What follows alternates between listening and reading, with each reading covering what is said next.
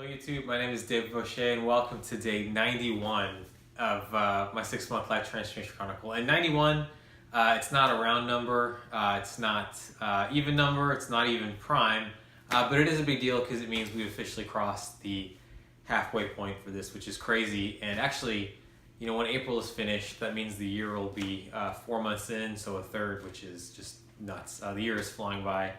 I've done some good things. I'm happy with how things are turning out, and I hope that's the case for you, even if today is just another day rather than day 91. But having said that, it is April Fool's, it is Easter, so hopefully everyone has something to celebrate today and that your day is going well. So before I get into what I want to talk about today, I just want to continue just a bit on what I said last week. And so last week I mentioned, you know, I'm really trying to keep to my reduced spending habits now. I'm trying to be a lot more deliberate in what I buy. And so this week marked a milestone because I actually did buy my first, I guess you could call it frivolous purchase in a long time. I used to play a lot of video games when I was younger, which was a good and a bad thing, but retro gaming makes me happy. And so I bought a new kind of Super NES console, which is a lot of fun. I do think I will use it a lot, so I don't think it's going to gather dust. So I should have quite a high joy to money ratio, and I'm happy about that. But the other thing I wanted to say was that, you know, don't discount buying used. It's a great way to reduce your impact on the environment, and you get some good bargains. My wife, in fact, found a beautiful dining room table for us. It's a farmhouse style. It was $1,200 at Pottery Barn. We got it with 4 chairs, completely free. So fantastic. Yeah, so whatever it is you need, someone's probably out there trying to get rid of it.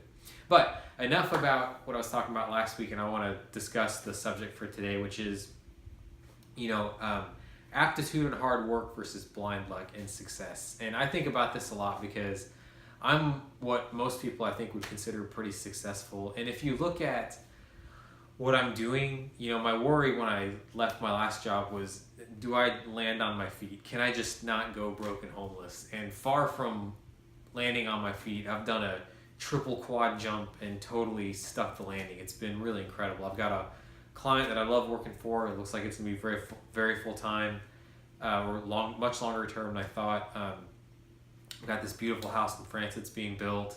Just all these things are going so well. But I don't necessarily think that's all related to hard work. I've done some things, but I look at it as there being an incredible amount of luck in my life that's gotten me to where I am. And in fact, if I look at every big decision I've made, what do I major in college? Do I go to grad school? For what? You know, do I leave my job? I think there's a huge amount of luck that's played into that. And my belief is that people that get into trouble, you know, they become CEOs, they make these very bad decisions, get caught up in themselves. Either they just overreach or they're just plain dishonest. My view is that they put a lot more faith on their own aptitude than the luck and circumstance that has come into their life. So I have a saying, which is that everyone that makes it will have worked hard. Not everyone that works hard will make it, right? Because there is a fair amount of, do you know the right person? Are you at the right place at the right time? All of that has to play in. And really, to make it, things have to line up just right for them to happen. And so that's why when people say, oh, well, people that complain, you know, they should just work harder because there is no luck. Luck is just preparation meets opportunity. But that's redundant, right? Because that opportunity, that's just luck in itself. Now, sure, you can network all day, every day. You can hustle as hard as you want, but at some point, you know, you might just be in that coffee shop just long enough to where the right person walks in, or you might just get sat down next to the right person on the airplane, or, you know, your cousin knows someone who knows someone, and they just happen to mention it. I mean, these are all things that you can't control. And I feel like if it were just down to hard work, I would be way ahead of everyone else now because, you know, I went to grad school twice, paid off all my loans. I network like crazy. I've done everything. And don't get me wrong, I'm doing well. But I think that there is a lot of luck that I didn't have, you know, that has helped other people. But having said that, I put a lot of faith into the luck that I've had now. I mean, I think of just one little thing could have or could knock me off course. And that's all due to circumstance. So I appreciate and I'm proud of the fact I've done a lot of things, but I am also incredibly lucky. And I ascribe, you know, just as much to that as I do the hard work in terms of where I've gotten now. So all that to say, it's really two things for you to take away from this if you're watching. The first one is that if you feel like you're really trying hard, but you're not getting where you're going, that's when you really need to take a step back and say, I'm not in control of all of this, and maybe I won't get lucky, right? Maybe I will, but maybe I won't.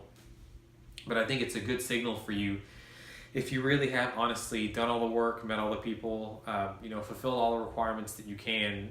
It's maybe a good sign that you sort of step back and reevaluate, conserve your energy, and maybe try another path, right?